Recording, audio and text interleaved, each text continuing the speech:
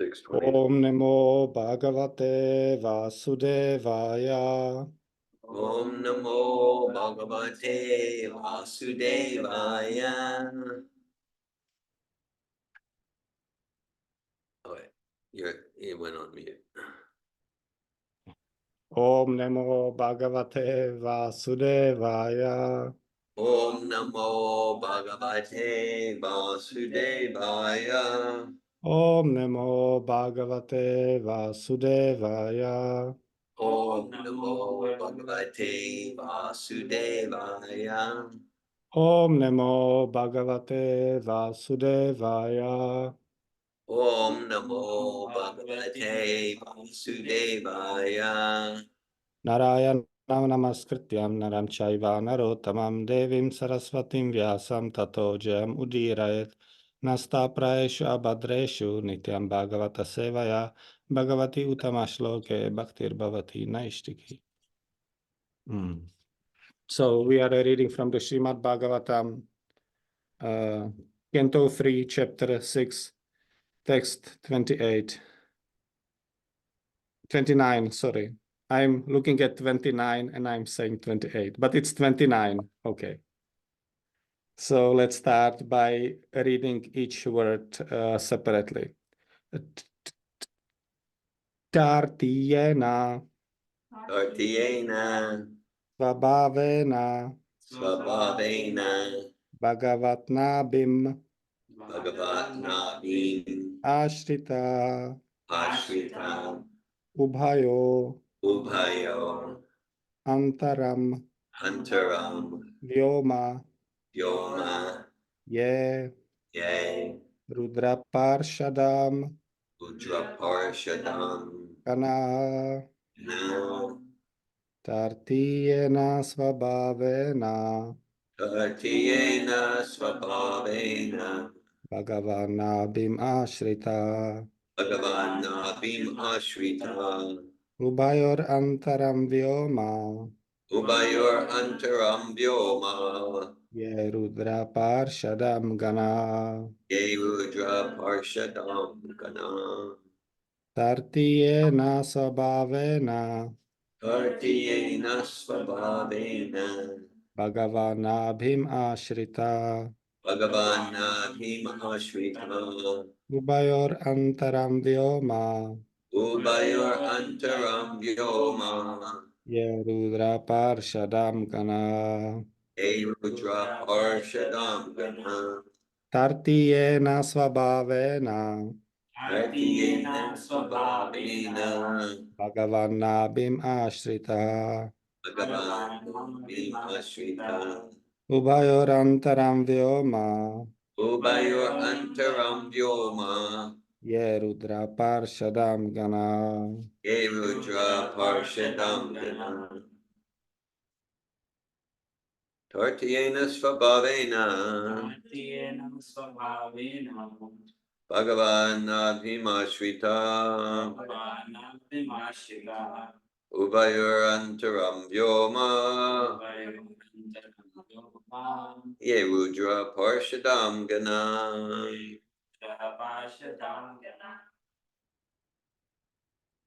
Tartiyena svabhavena. Tartiyena svabhavena. Bhagavanabhim ashritaha.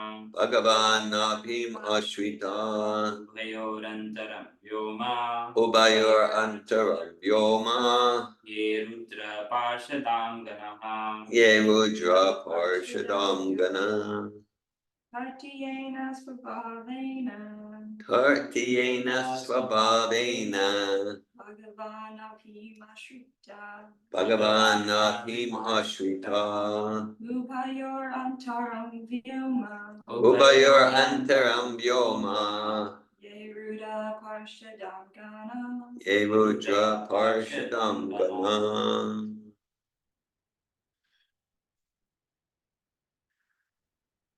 Would someone online like to lead the chanting? Tartiyena svabhavena. Tartiyena svabhavena. Bhagavanabhim ashrita. Bhagavanabhim ashrita.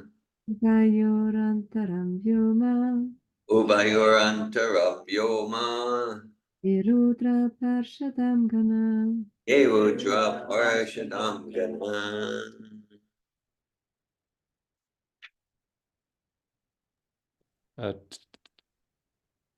Tartiena.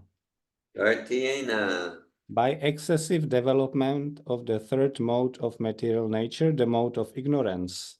By excessive development of the third mode of material nature, the mode of ignorance.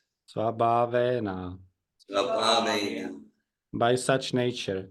By such nature. Bhagavat Nabhim. Bhagavat Nabhim. The abdominal navel of the gigantic form of the personality of Godhead. The abdominal navel of the gigantic form of the personality of Godhead. Ashritaha. Ashrita. Those who are so situated. Those who are so situated. Ubayo. Ubayo. Between the two. Between the two. Antaram. Antaram. In between. In between. Vyoma. Vyoma. The sky. The sky. Yeah. Yea. All of whom. All of whom. Rudra Parshadam. Rudra Parshadam. Associates of Rudra. Associates of Rudra. Ganaha. In the Population. population. Translation. Living entities who are associates of Rudra develop in the third mode of material nature or ignorance. They are situated in the sky between the earthly planets and the heavenly planets. Purport. This middle portion of the sky is called Bhuvarloka, as confirmed by both Shri Vishwanath Chakravarti and Shri Jiva Goswami. In Bhagavad Gita, it is stated that those who develop in the mode of passion are situated in the middle region. Those who are situated in the mode of goodness are promoted to the regions of the demigods. Those who are situated in the mode of passion are placed in human society, and those who are situated in the mode of ignorance are placed in the society of animals or ghosts. There are no contradictions in this conclusion. Numerous living entities are distributed all over the universe in different planets and are so situated in terms of their own qualities in the modes of material nature. Om Ajnanatimirandhasya Jnananjana Shalakaya Chakshur Unmilitam Yena Tasmai Shri Gurave Namaha. Nama Om Vishnu Padaya Krishna Prestaya Bhutale Srimate Bhaktivedanta Swamin Iti Namine. Namaste Sarasvate Deve Gauravani Pracharine Nirvishesha Shunyavari Pasketya Deshatarine Jai Shri Krishna Chaitanya Prabhu Nityananda Shri Advaita Gadadara Shivasari Gaura Bhaktavrinda Hare Krishna Krishna Krishna Hare Hare Hare Rama Rama Rama Hare Hare. So we are here reading in the Srimad Bhagavatam about the universal form and about the situation of various living entities who are placed on different places on that universal form. And here we will be speaking a little bit about the mode of ignorance.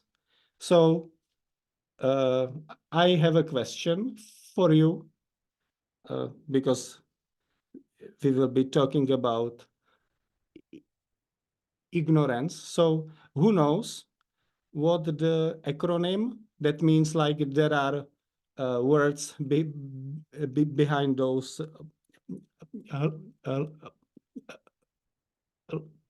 letters. What BHAG means? BHAG. What does it mean? What does it represent? BHAG. Does anyone know? Fortune or opulence.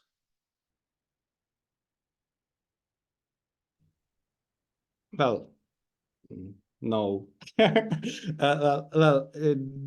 BHAG I found this morning because here it's afternoon. So I found that BHAG means big, hairy,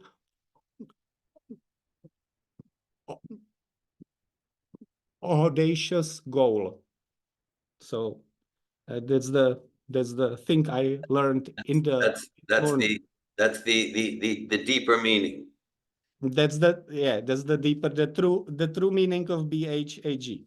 So I've Got I've I've learned it when I was on a conference called with one of my businesses, and the CEO of that business was telling that he set this big goal, and the next big goal is this one, and so on. So someone could say, okay, so Dira Govinda Prabhu, I asked you whether you know what BHAG means, and you did not know. So you are in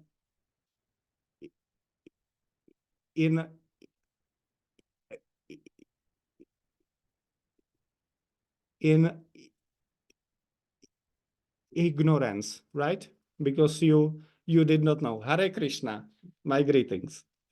So is that true? Is that true? Well, maybe like based on what we know from Prabhupada's teaching, we would say no, because there is if I'm talking about ignorance, I need to like also understand ignorance of what, right?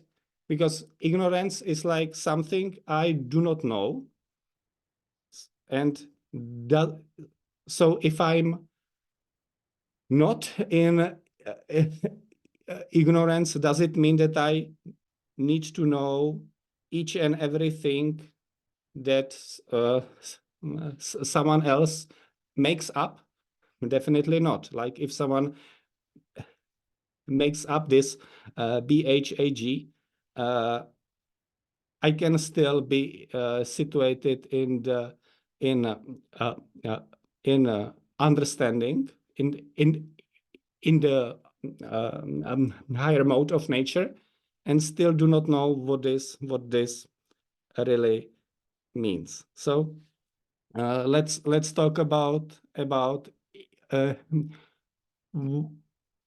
about ignorance of what. So it's ignorance of truth, the truth. So what's the truth, right? What's the truth? And we could say the truth is understanding the self with a small s, that means us, and then the understanding of the self with the big S, that's a understanding of the supreme personality of Godhead. That's also the part of truth. That we could be also talking about the understanding of the modes of the material nature. That's also part of proper understanding. And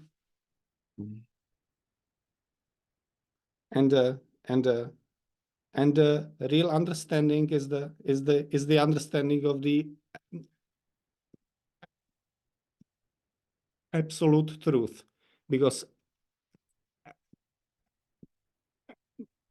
absolute does mean that which does not change in time and according to the place. So that's the understanding which has the real value for us. That's the understanding that will not be destroyed by time. So okay, so that's the truth. And then the question could be placed, where like, why is it good to know the truth? Like, because like in several places Prabhupada said like that once he met this student, and the student asked him, why is it bad if I become a dog, right? Because okay, like I'm associating with the lower modes of nature, and so I become dog in my next life. And what's uh, uh,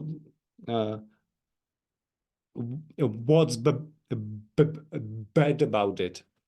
And the response could be, well, there is um, uh, uh, nothing bad about it, but it will not serve you well.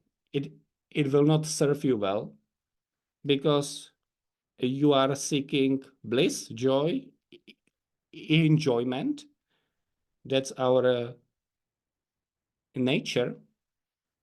But if I'm situated in the uh, lower modes of nature, I tend to seek the bliss, enjoyment, happiness, the joys of life at wrong places, at places which uh, will just provide at best some short-term glimpse of uh, enjoyment, glimpse of bliss, glimpse of satisfaction, and like that. So that's the unfortunate state if I'm situated in the mode of ignorance. And here we get to know from the text 29 that between the Svargaloka and Burloka, there is Buvarloka, Buvarloka, which is the realm of ghostly spirits, the Bhutas. Bhutas are the ghostly spirits. So sometimes Lord Shiva is called Bhuta Raja, the Lord of ghostly spirits. He's called like that in Srimad Bhagavatam too. So that was my understanding of the mood from what Prabhupada wrote there, that we could easily become envious because there are these living entities, and they are in the mode of ignorance. That could mean that yeah, that means that they have like zero understanding of the absolute truth, and still they are situated in the region which is higher than the Burloka region, and the Burloka region is these are the middle planetary systems which we are situated on right now, and the sun, it's situated between the Burloka and the Buvarloka systems. So it's like the plane that is situated between the Burloka and Buvarloka plane.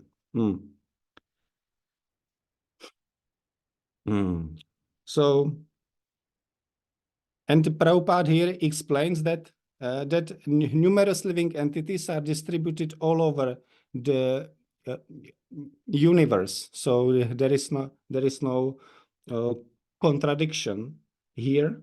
Like we can also see the planetary systems which are below the Burloka systems, below the middle planetary systems, and these are described as the heavenly subterranean worlds, Bilasvarga. So it looks like the living entities are having some fun in the heavenly systems, the upward systems, then they are having more enjoyment in the 7 lower planetary systems, because they can enjoy life without any disturbances, like without any old age, without any disease. So it looks like, and we are stuck here in the middle planetary systems, experiencing disease, old age, suffering, failure, humiliation, sadness, frustration, depression, anxiety, fear, all these things. So it could look like that we are situated in the worst place. So even these Bhutas, there are they are situated in the region which is above our uh, planetary systems. Okay, so but that explanation, that envious mood would be based on improper understanding of this universe, because the proper understanding of this universe is that we are getting a chance to associate with Krishna. And one of the ways we can associate with him here is through the agency of the universal form, because we are all situated on the universal form of the Lord, and thus Krishna remains in a relationship with all of us. So regardless of where we are situated in the universal situation, we are in contact with the Lord. And what about the pain? What about the suffering? What about the disease? What about the old age? These are the functions of the universe that are to remind us where we need to go, because that's the unfortunate part of if I'm feeling that everything is good, everything is well, my wealth is going up, let's say my children are growing up, I'm getting more and more friends in this life, and like that, if I'm thinking, oh, everything is going well, that I will have very little incentive to actually solve the real problems of life. And the real problems are the birth, death, old age, and disease. Even though the heavenly subterranean worlds do not have old age and disease, they have death. So I will, if I'm experiencing the pain, anxiety, fear, I have a chance to connect with a higher meaning, and by the higher meaning, I can overcome the suffering of the world. I can connect with the higher taste. That's really how it works. if I want to overcome the lower modes of the material nature, which bring increased amount of of pain and suffering, all the unnecessary suffering, I basically need to join myself with a higher taste, with a very deep meaning. And the deeper the meaning is, the easier it is to overcome the suffering of this life. And one can even experience it without like seeking some a transcendental path. Because if someone here in this world finds that his meaning is to help disadvantaged children and develops this rasa, then he will probably have an easier time overcoming the sufferings that are brought upon him in his body than someone who does not have any, let's say, meaningful goal, even from the material point of view. And I think the experience and the research is quite clear on this one. So then the question could be, okay, so I should seek the deepest meaning I can find, because the deeper the meaning I find, the more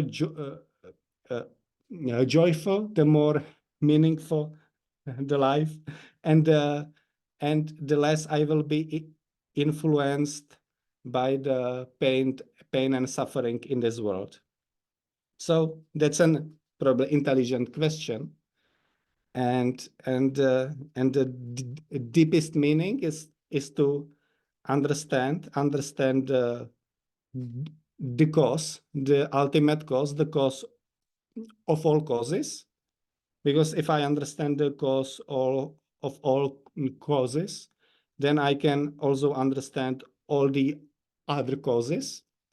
And by serving the cause of all causes, I can resolve all the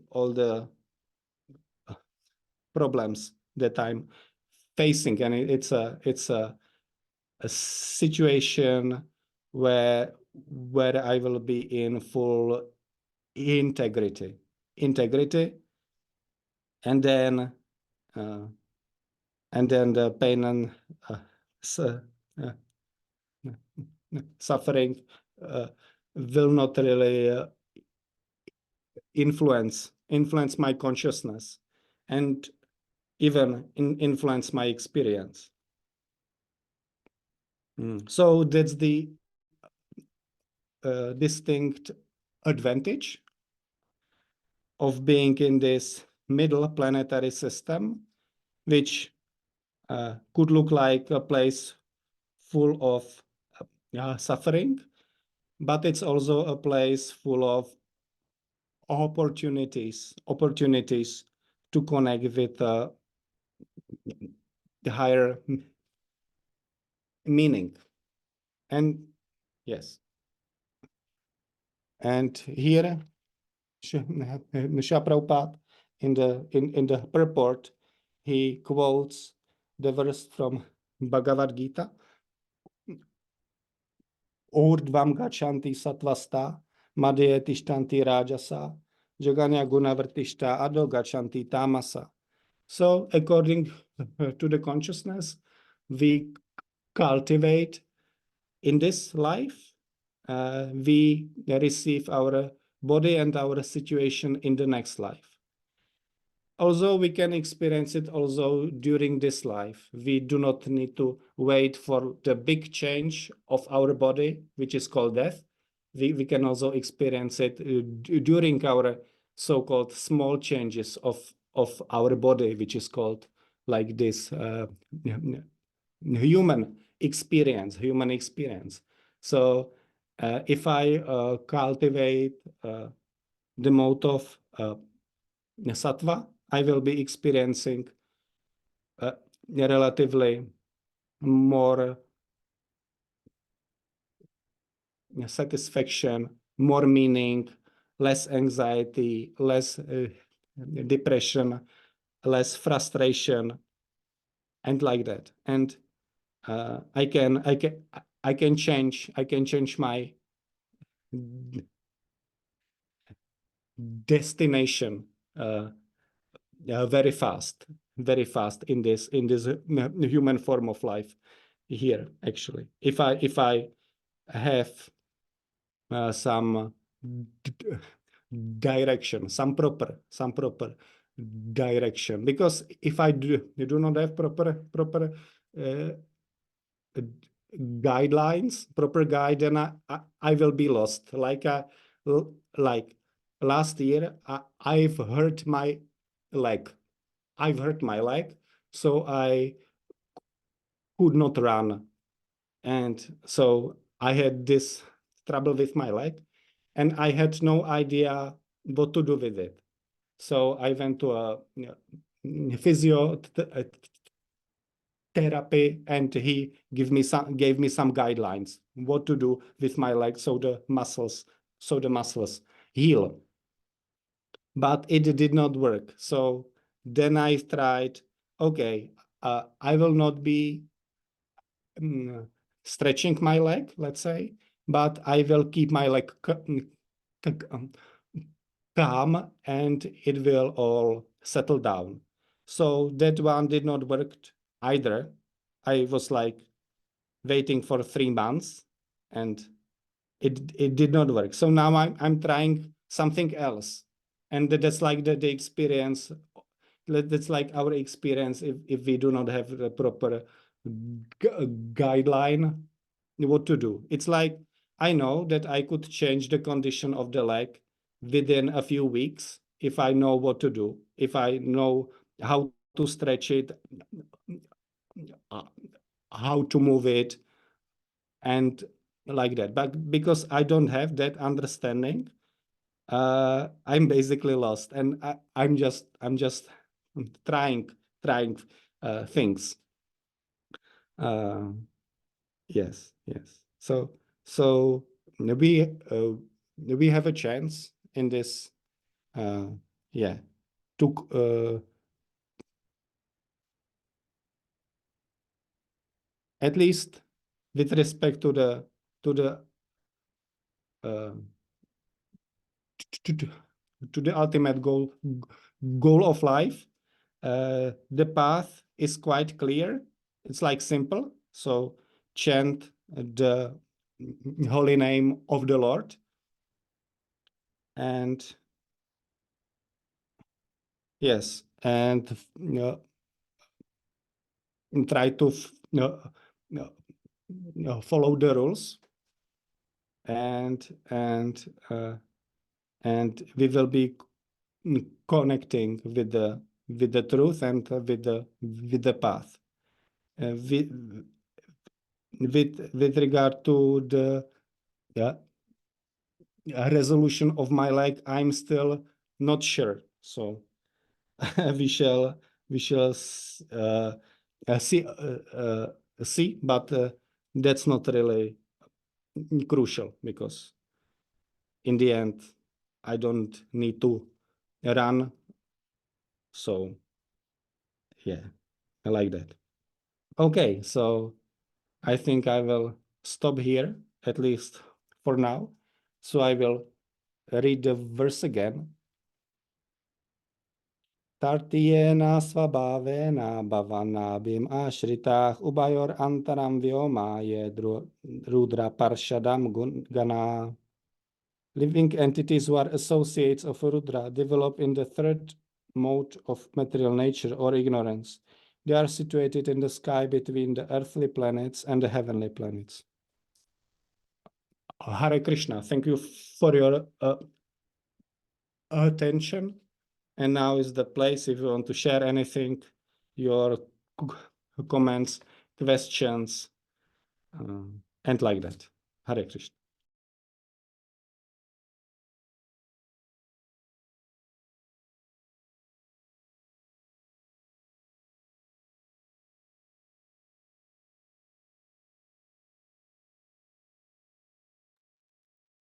Hare Krishna, thank you, Yogesvara Prabhu.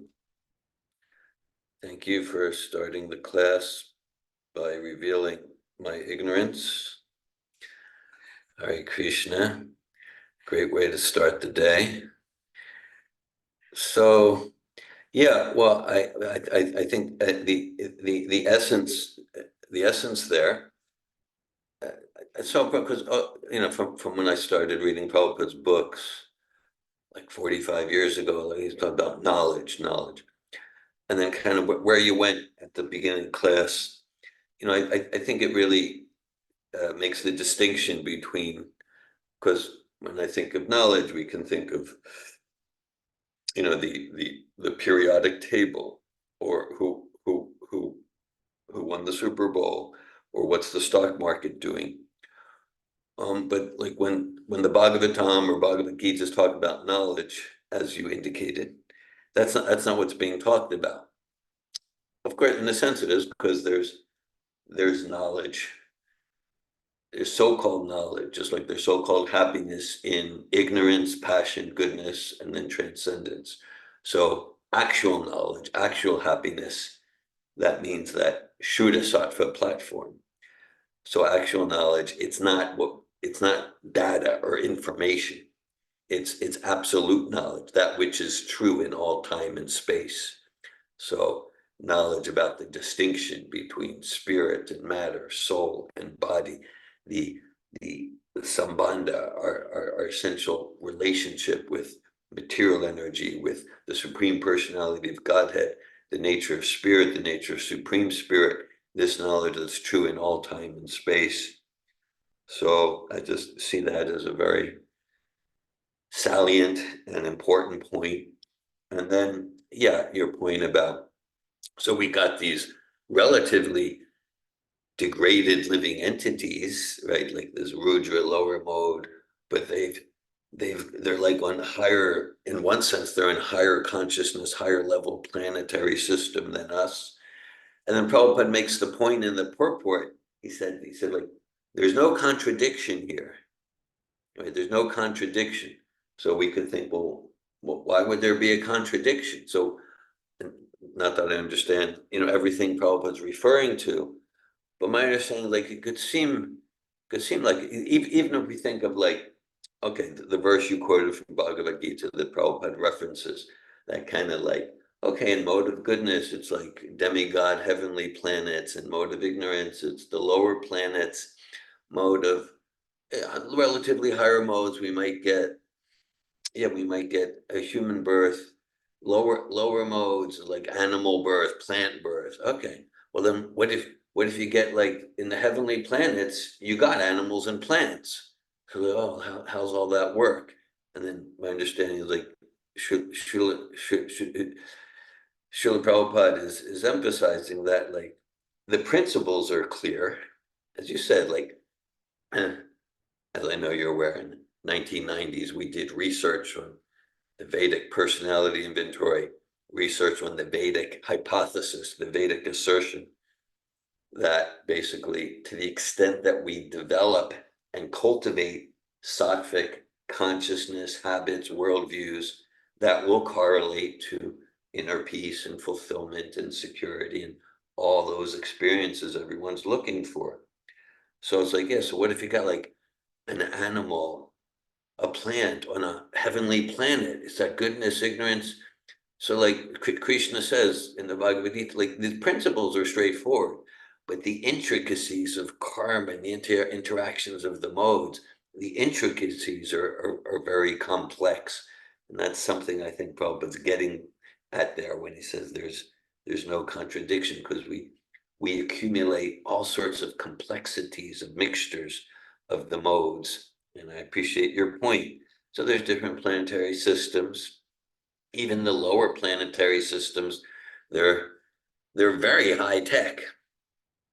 Even like so much of the, even if we go back, the reports going back like 80 years or so, of the reports of like the UFOs and unidentified flying objects that And of course, we understand many, or maybe most of them, they're just kooky, crackpot, hoax, illusion.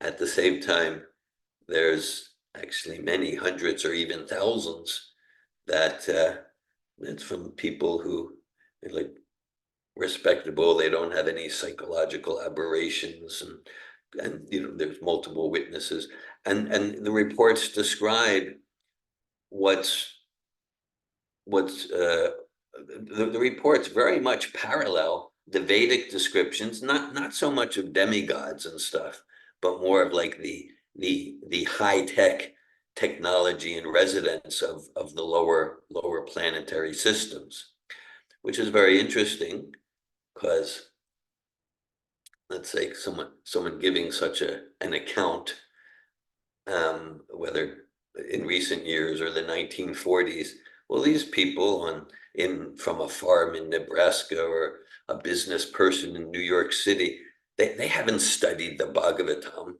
So just the fact that their accounts would so clearly match those high-tech lower planetary systems, it actually indicates some like an additional source of potential validity for these ancient Vedic descriptions.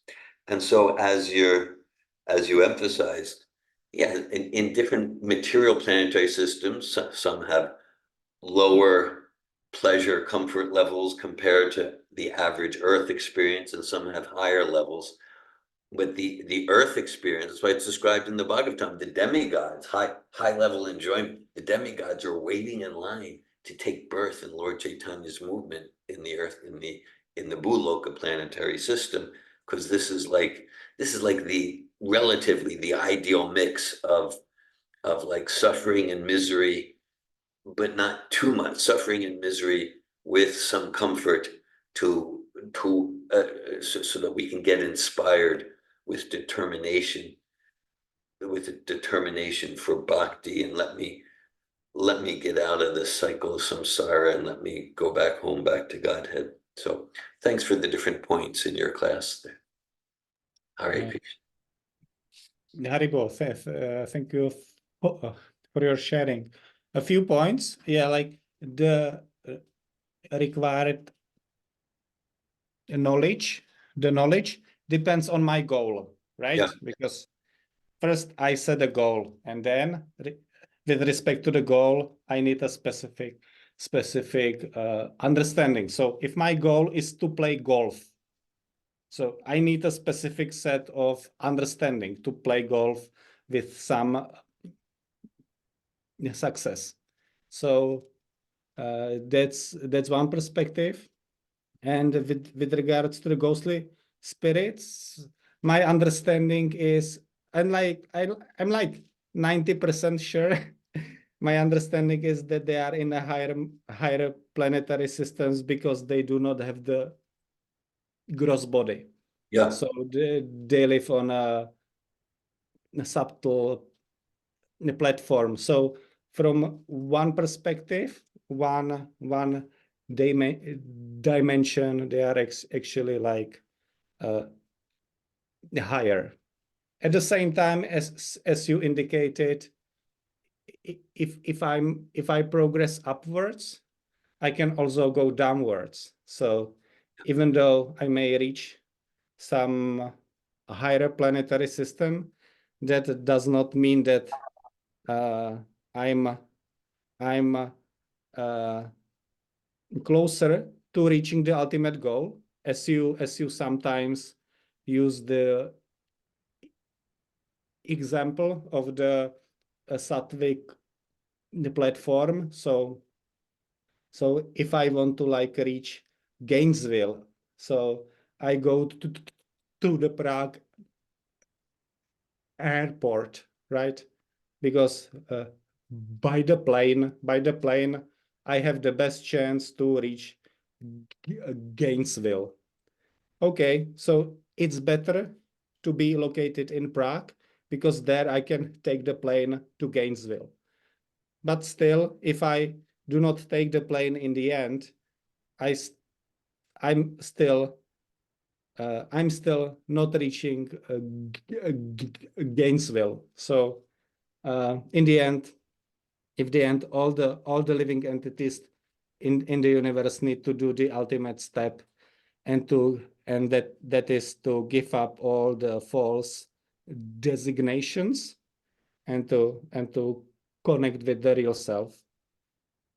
So that may be far or close or seemingly far or seemingly close. Hare Krishna. Thanks very much for your comments on my comments. Hearing your comments about knowledge, yeah, like in chapter 13, Bhagavad Gita, text 8 to 12, Krishna talks about 19 elements of knowledge. And Prabhupada gives a lengthy purport. And he starts with humility and pridelessness, and realizing the inherent unnaturalness of birth, death, old age, disease, and non-violence. So someone can say, oh, well, like if I want to play golf, how's that helpful? Knowledge is the different uses of the irons and the woods and like that. So just what you said, knowledge is determined according to our goal. So Krishna is saying, here's knowledge. If your goal is liberation from the miseries of the modes of nature, if your goal is eternal bliss and pure devotion, then here's the elements of knowledge. And if our goal is something else, Ishvara ham aham bogi siddhoham balavan sukhi. That's 16th chapter. The soliloquy of the demon. Krishna's I'm the enjoyer, I'm the controller, I'm perfect, powerful, happy, like that. So if my goal is to increase the illusion that this body is the center of the universe and I'm the enjoyer and I'm the controller, if my goal is to increase that illusion, then we'll have a different set of data or information that we consider knowledge, distinct from the 19 elements that Krishna describes in the 13th chapter. Hare Krishna. Yes, and we can also include another dimension, like the benefit of the absolute knowledge, which is listed in the 13th chapter. Let's say still, my goal is to learn to play golf, but let's say I'm also quite progress in those aspects of understanding which are listed in the 13th chapter. So if I'm like progressed in the quality of humility, then I will probably have a higher chance to reach my goal of successfully playing golf, because maybe I will be open to a different perspective. Maybe I will ask someone else, how should I play it? Because if I do not have enough personal humility, then I will just grab the stick, right, and go on the green and try to do something. And yeah, it seems that with increased age, it's really required, because I might think, okay, like I'm an adult man and I know these things, how to do these things. So I could even like obstruct myself in reaching these other goals. So that's like the instruction of whichever and whatever goal you have. the best goal is to worship the Supreme Lord in love and devotion. That's like the shortest way to reach the goal, regardless of whatever the goal is. Hare Krishna. Thanks for that. Hare Krishna.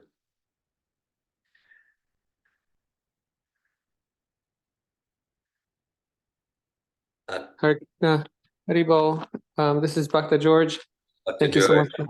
Thank you so much for class. I just wanted to share a quote from Prabhupada that we came across recently on our Bhagavatam reading of, I believe it's Canto 1, Chapter 12. And Prabhupada says in one of the purports in that chapter, he says, philosophy means to seek after the right knowledge of one's own self, or the knowledge of self-realization. Without self-realization, philosophy is dry speculation, or a waste of time and energy. Srimad Bhagavatam gives the right knowledge of one's own self. And by hearing Srimad Bhagavatam, one can get free from material attachment and enter into the kingdom of fearlessness. So just wanted to share that. I found it very relevant to the discussion. Haribol. Thank you, Bhakta George, for sharing this inspiring quote from Prabhupada. Yes, the true philosophy means engaging in self-realization. Is to understand the self from the non-self. Yes, and by that we can overcome the miseries of life and resolve and the quest of our the human form of life.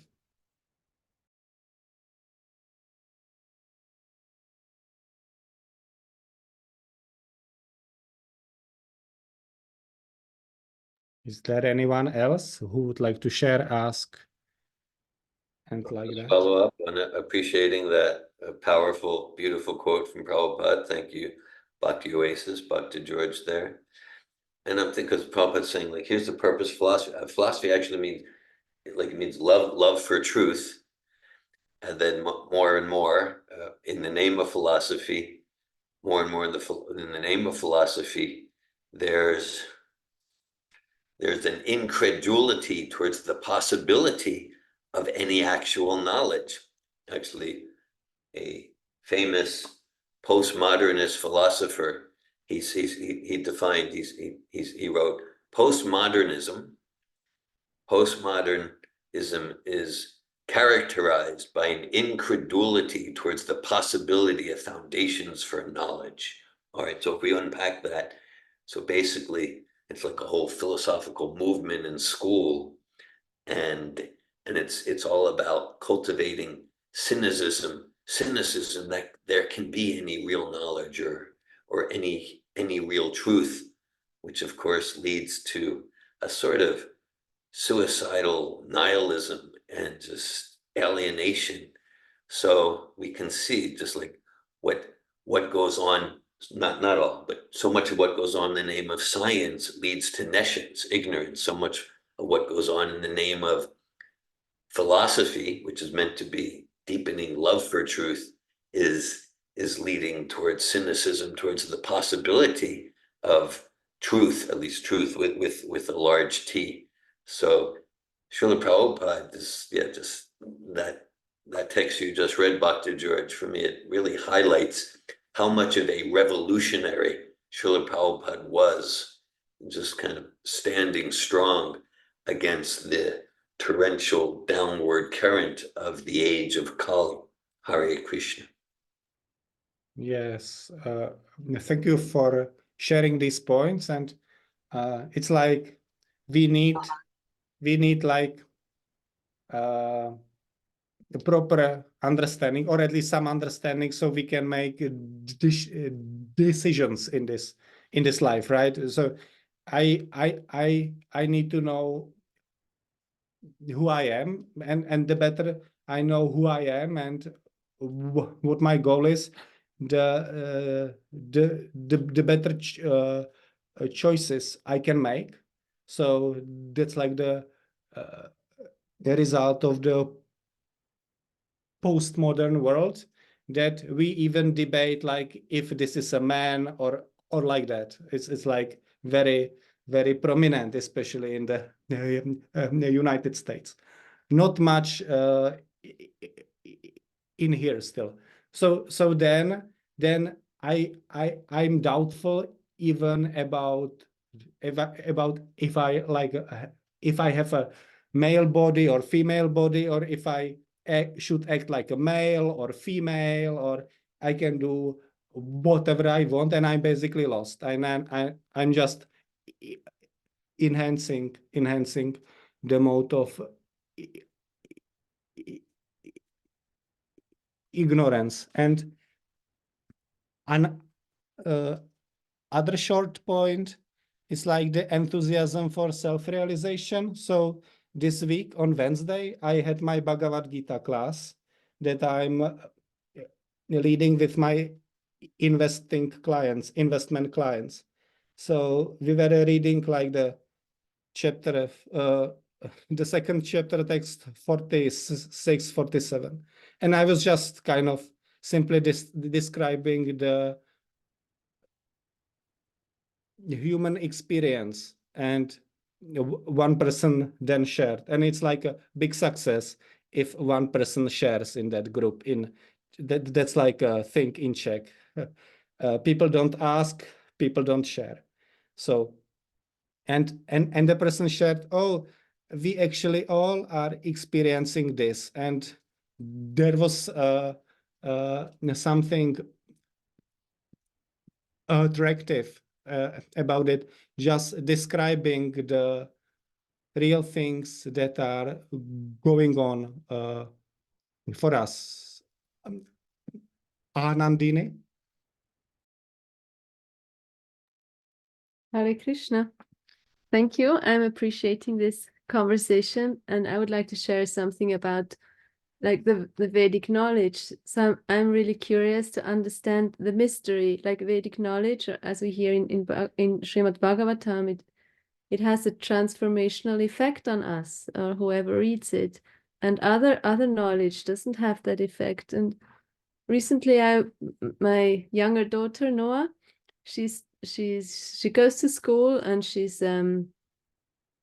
had to learn for an exam about cosmology, like what are the planets, and I was helping her, and we were looking, I was reading the descriptions of the different planets, and then the measures, and then there was a sentence like highlighted: there is no life on any of these planets except Earth. And so I got triggered by that. And I went to, okay, Noah, look, let's see what Bhagavatam says, how Srimad Bhagavatam describes all these planets. And she came with me, so we looked at the fourth canto, and how the planets, like the same planets she was learning from modern science, described in Srimad Bhagavatam, and like each planet is just, so it's presented as a personality, and it's not just, oh, it's this size and it's this far away from Earth, and it's like immediately there's what are the qualities of these planets, and if you get close to this planet, what's the influence? So they're described as a personality, and it's just such a difference when it's just a few numbers and some speculations, and then here's this planet, and that's the quality of the planet, and that's what it looks like, and so I was seeing the difference, like the effect it has on me. And some years ago, I was with a group of kids, homeschooling kids, 5 of them, and I found a book describing different theories, how the world came about from different people around the world. And so I was presenting some, and also the Vedic perspective, because I wanted to start a discussion. I wanted to get them thinking.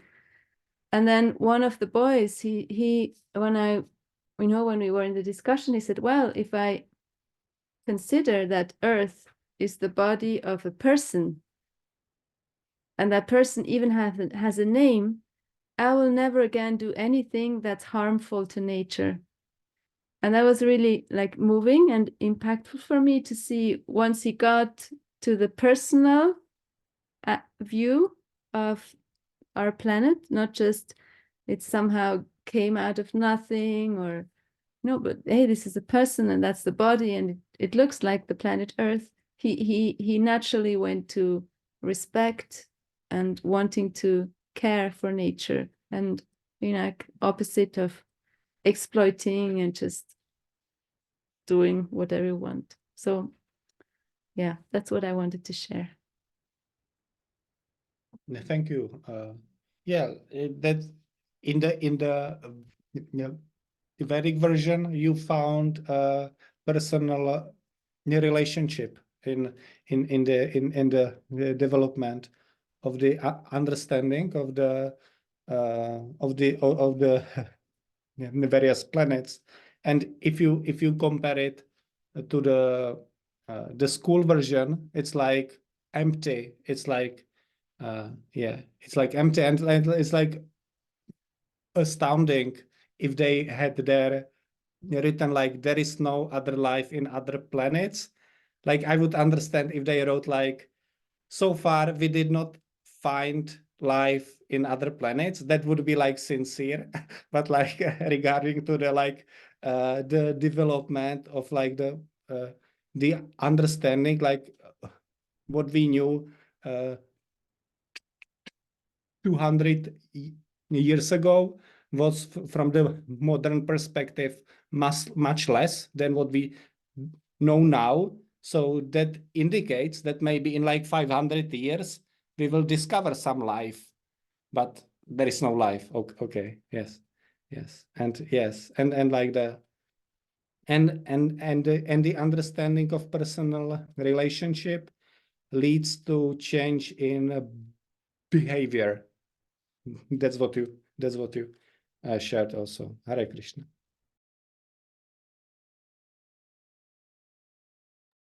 Hare Krishna, I appreciate these points very much. Yes, like this, like Earth, like this Mother Earth. It's not just like a sentimental thing to say, huh? No, like they're like each planet has this special personality, and for the Earth planet, it's a female demigoddess. Her name is Bhumi, and then once we get personalism, then that's like a solid foundation for true comprehensive ecology and environmentalism. And I'm very moved on Nandini by you're bringing that into the classroom there in the public school in Switzerland, and the children they're grasping it. That's very inspiring. And then just on the science, because like if with modern science, there's that verse in Bhagavad Gita, Acheju yam madayo yam akleju shoshevacha nitya sarvagatastan or achalo yam sanatana, that Krishna says life is everywhere. Okay, including all planets. Like no, there's just these trillions of planets created for no reason. No, there's life everywhere. All right, so then as you said, Yogeshwar, if they were saying, thus far, we haven't, due to our limitations, we haven't found life outside of Earth. Okay, that would be honest and humble. But then even if we look at like every, not that I search, but like once all on the internet, every few years, going back 20 years, I'll find something like they have their theories about life can exist up to this temperature. And then a few years ago, they found life in some volcanic ash under the sea that's like like 800 degrees, hundreds of degrees hotter than where life can possibly exist. And so we need to change all our theories now. And then I include this in our Bhagavad Gita course back about 15 years ago. There was something in the Antarctic in the Antarctic under some glacier where there's no possibility for photosynthesis. There's no possibility for life, but they found life again based on their current understanding of chemistry. It couldn't exist. So then the article says we need to adjust our theories. So they are consistently admitting that they're finding evidence that prove their theories to be limited or even wrong. So more and more, not just in so many fields, but that's one field, their discoveries are indicating the truth of the Vedic version. Sarvagata, there's life everywhere. Hare Krishna. And one point to what you, Anandini, also shared about the child who said, okay, like now I will not do anything harmful to Bhumi, to the earth. It's like some understanding. And it's nice, right? It's nice. At the same time, it's not the full, it's not the full understanding, because the full understanding is that I am harming the earth, and I am harming other living entities, and I will be harming the earth, and I will be harming the other living entities. And it's like part of this experience. It's something I cannot really avoid. So Prabhupada, my understanding, Prabhupada uses like no unnecessary harm. So we do not want to increase the harm, but the harm is like part of the human context. Hare Krishna. And we minimize the harm and really turn it into auspiciousness through the devotional, through the bhakti lifestyle.